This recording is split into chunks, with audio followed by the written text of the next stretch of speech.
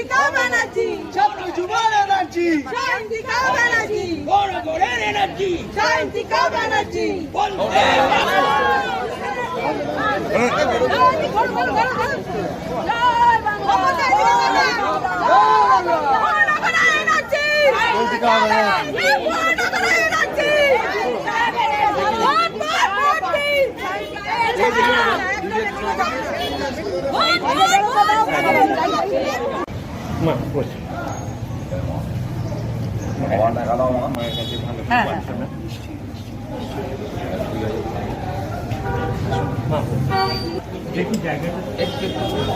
আরে দাদা এটা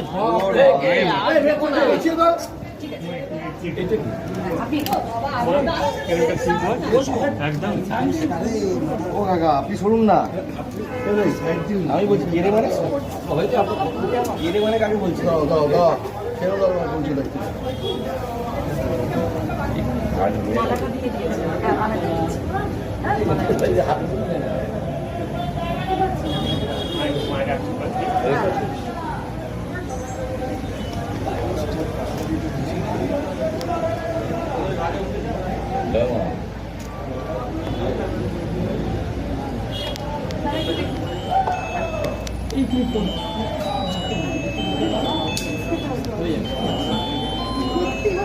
সত্যি হয়েছিল কাজটা অবিশ্বাস আর উপায় নেই।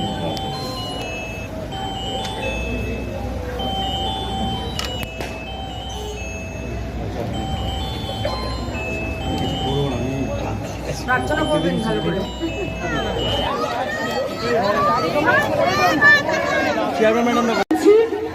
আপনাদের কাছে আবারও চলে এসেছি।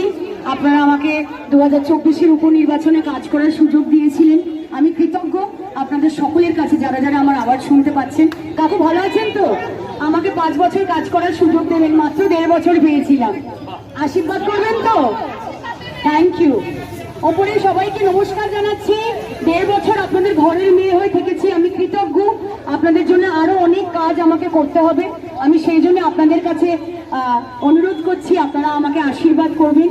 আমি তৃণমূল কংগ্রেসের প্রার্থী হিসেবে মনোনীত হয়ে এসেছি, আপনাদের সায়ন্তিকা। আপনারা অনেক কাজ এখনো বাকি আছে, অনেক কাজ করতে হবে, তাই তোমাদের আশীর্বাদ চাই। প্লিজ পাশে থেকো, প্লিজ। একবার ভিক্টরি রেখে দাও।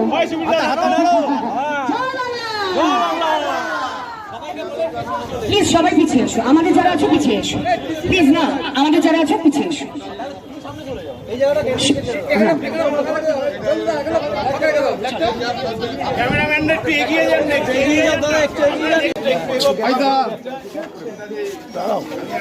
আশীর্বাদ করো। পেয়েছি, অনেক কাজ এখনো বাকি আছে, সবাই 5 বছরের সুযোগটা আমাকে দাও। অনেক অনেক ধন্যবাদ। আরেকটু হাসো, কম হয়ে যাচ্ছে হাসিটা। যা চলো। আমি আপনাদের কাছে এসেছি, আমার সবাইকে, সকল কর্মীদের নিয়ে, চেয়ারম্যান থেকে আমার সব কাউন্সিলররা এসছে এখানে। আমি মাত্র 1 বছর সুযোগ পেয়েছি কাজ করার, তোমাদের বিধায়ক হিসেবে। দেখো, আপনি থেকে তুমি হয়ে গেল, এটাই প্রমাণ করে যে তোমরা আমাকে ঘরের মেয়ে করে নিয়েছো। দেখো, এখনো অনেক কাজ বাকি আছে, 5 বছরে সবাই মিলে আমরা কাজ করতে চাই, অনেক কাজ বাকি আছে, সেই কাজ করার সুযোগটা আমাকে দেওয়া। আশীর্বাদ করো। আমি আপনাদের কাছে এসেছি, আমার সবাইকে, সকল কর্মীদের নিয়ে, চেয়ারম্যান থেকে আমার সব কাউন্সিলররা এসছে এখানে। আমি মাত্র 1 বছর সুযোগ পেয়েছি কাজ করার, তোমাদের বিধায়ক হিসেবে। দেখো, আপনি থেকে তুমি হয়ে গেল, এটাই প্রমাণ করে যে তোমরা আমাকে ঘরের মেয়ে করে নিয়েছো। দেখো, এখনো অনেক কাজ বাকি আছে, 5 বছরে সবাই মিলে আমরা কাজ করতে চাই, অনেক কাজ বাকি আছে, সেই কাজ করার সুযোগটা আমাকে দেওয়া। আশীর্বাদ করো। আগামী 5 সামনে দাঁড়িয়ে রয়েছে আর আমার তো এই জয় বাংলা।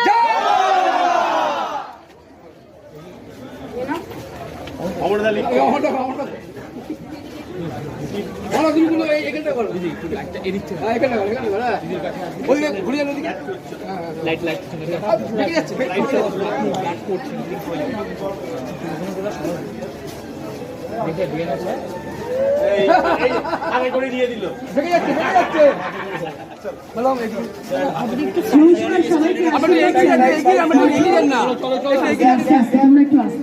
মাত্র 1 বছর সময় পেয়েছি বিধায়ক হিসেবে, তোমাদের আশীর্বাদে জিতেছিলাম আমি।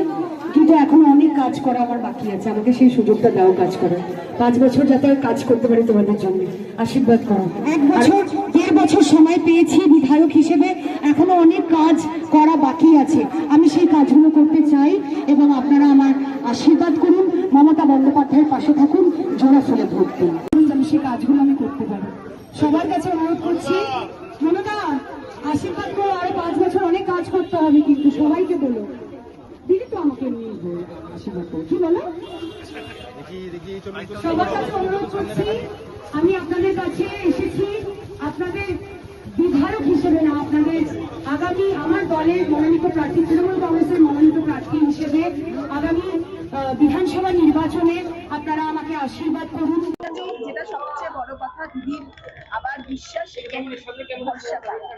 সেটা নিয়ে কি আমি কৃতজ্ঞ, আমি দলের কাছে কৃতজ্ঞ যে দল আমাকে আবার সেই সুযোগ দিয়েছে। বরানগরে আমাকে তারা প্রার্থী হিসেবে উপনির্বাচনে পাঠিয়েছিলেন এবং তারা আমার উপরে বিশ্বাস ভরসা রেখেছে, আমি তার জন্য কৃতজ্ঞ এবং তাদের এই ভরসার মর্যাদাটা আমি যাতে রাখতে পারি সেটাই আমার টার্গেট। 1.5 বছর মাত্র সময় পেয়েছি, 1.5 বছর মাত্র কাজ করার সময় পেয়েছিলে, আর তাতেই এখানকার মানুষজন আমরা আশা করি বলছে তোমাকে নিয়ে খুব হ্যাপি। এটা তো একটা বড় পাওনা, কি বলবে? এটাই আমার মূল উদ্দেশ্য ছিল।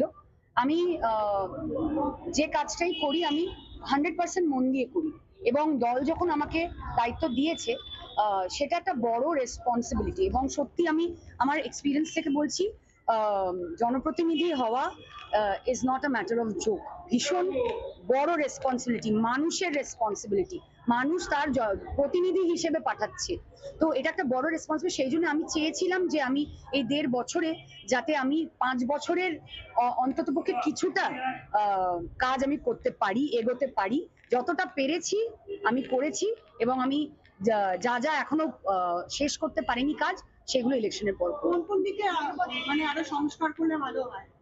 অবশ্যই আমার যেটা 2024 উপনির্বাচনে যেটা আমার মনে হয়েছিল যে আমাদের রাস্তা ঠিক করতে হবে, আমি গত 1 বছরে রাজ্য সরকারের পক্ষ থেকে 7 কোটি টাকা ফান্ড, স্টেট ফান্ড, তাদের মানে ইয়েতে সেই ফান্ড দিয়ে আমাদের সারা বরানগরের জুড়ে 34-38 ওয়ার্ড জুড়ে কাজ হয়েছে, রাস্তার কাজ হয়েছে, আরো কাজ করতে হবে, পথশ্রীর কাজ হচ্ছে, স্ট্রিট লাইট থেকে শুরু করে পার্ক সংস্কার থেকে শুরু করে সিসিটিভি ক্যামেরা লাগানো থেকে শুরু করে জলের ঠান্ডা জলের বুথ করা থেকে শুরু করে আমি সব দিকেই করেছি। এখনো যেটা আমাদের করতে হবে, যেটা কিছু কিছু পকেটস আছে যেখানে আমাদের পানীয় জলের সমস্যা, এটা আমাদের এই যে ভৌগোলিক যেভাবে অবস্থিত বরানগরটা, সেই জন্য কিছু কিছু পকেটস এখনো জলের ইস্যু আছে, যেটা আমাদের কামারহাটি ওয়াটার প্ল্যান্ট হচ্ছে, একটা অনেক বড় ফান্ডের সেই প্ল্যান্টের কাজ চলছে এবং সেই 64 কোটির ফান্ড, স্টেট ফান্ড, তো সেই কাজটা হয়ে গেলেই অনেকগুলো ওয়ার্ডে যেগুলো পকেটসে জলের ইস্যু আছে সেইগুলো নিকাশি ব্যবস্থা নিয়ে আমরা ড্রেনেজ মাস্টার প্ল্যান, আমি এটা আমার 2024 উপনির্বাচনের সময় আমার ইয়েতে আমি দিয়েছিলাম, ইস্তেহারে দিয়েছিলাম যে আমি ড্রেনেজ মাস্টার প্ল্যান করবো এবং সেই অনুযায়ী আমাদের রেডি হচ্ছে কাজ। এটা তো বড় কাজ, একদিনে হয়ে যায় না। আমি সেই জন্যই মানুষের কাছে এটাই আবেদন রাখছি যে যে কাজগুলো 1 বছর সম্ভব ছিল আমি সেইগুলো করেছি, যে কাজগুলো আরো সময় সাপেক্ষ সেটা অলরেডি হাফ ডান হয়ে রয়েছে। এই নির্বাচনে তারা আমাকে আশীর্বাদ করলে আমি সেই কাজগুলো সম্পূর্ণ করব। এবারের প্রার্থী তালিকায় তারকা প্রার্থী প্রায় তোমরা কয়েকজন, এবং তোমাকে আমরা যেটা দেখেছি এই 1.5 বছরে অভিনয় জগৎ থেকে একেবারেই প্রায় দূরে। এইভাবেই কি দিদির বিশ্বাসটা কোথাও গিয়ে অর্জন করা? কারণ অনেকেই ভাবছেন যে তারকাদের প্রতি জনসাধারণ এবং দিদিও হয়তো কোথাও গিয়ে একটু ভরসাটা হারিয়েছেন, কি বলবে? না, আমি এই বিষয়ে আমি কোনো মন্তব্য করব না যে দল বা দিদি কার উপরে ভরসা করছেন বা করছেন না, সেই বিষয়ে আমি কোনো মন্তব্য করব না। তারা আমার উপরে ভরসা রেখেছেন, করেছেন, আমি তার জন্য আবার বলছি কৃতজ্ঞ। আর আমি আরেকটা জিনিসও যেটা আগেও বললাম যে আমার কাছে যেহেতু 1.5 বছরের সময় ছিল এবং জনপ্রতিনিধি হিসেবে আমি যখন মানে নির্বাচিত হয়েছি, it is a big responsibility. তো আমি যদি অবশ্যই অভিনয় করাটা আমার পেশা, কিন্তু যখন আমি আমার একটা দায়িত্ব পেয়েছি সেই দায়িত্বটাকে 100% পালন করাটাও কিন্তু আমার মানে কাজ, আমার রেসপন্সিবিলিটি। তো আমি এটাই বলবো যে অবশ্যই অভিনয় করা আমার পেশা, কিন্তু এখন মানুষের জন্য কাজ করা আমার নেশা।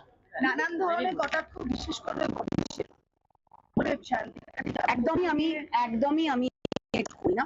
যেটা যারা করে শিক্ষিত মুসলিম যারা করে তারা অসম্ভব একটা নিম্ন রুচির মানুষ বলেই আমার মনে হয়। তাদের মানসিক সুস্থতা কামনা করি। সজল ঘোষ নানান কথা বলেছেন, আজও আমরা সেটা নিয়েও নানান মন্তব্য হয়েছে, কি বলবে? না, আমি ওনার ব্যাপারে কিছু বলতে চাই না, কারণ উনিও প্রার্থী মনোনীত হয়েছেন ওনার দল থেকে। আমি এটাই বলবো যে আমরা ব্যক্তিগত আক্রমণ করি না, ওটা আমাদের উচিত নয়। উনি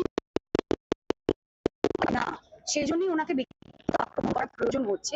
আমি সেজন্য ব্যক্তিগত আক্রমণ আমি করবো। লড়াই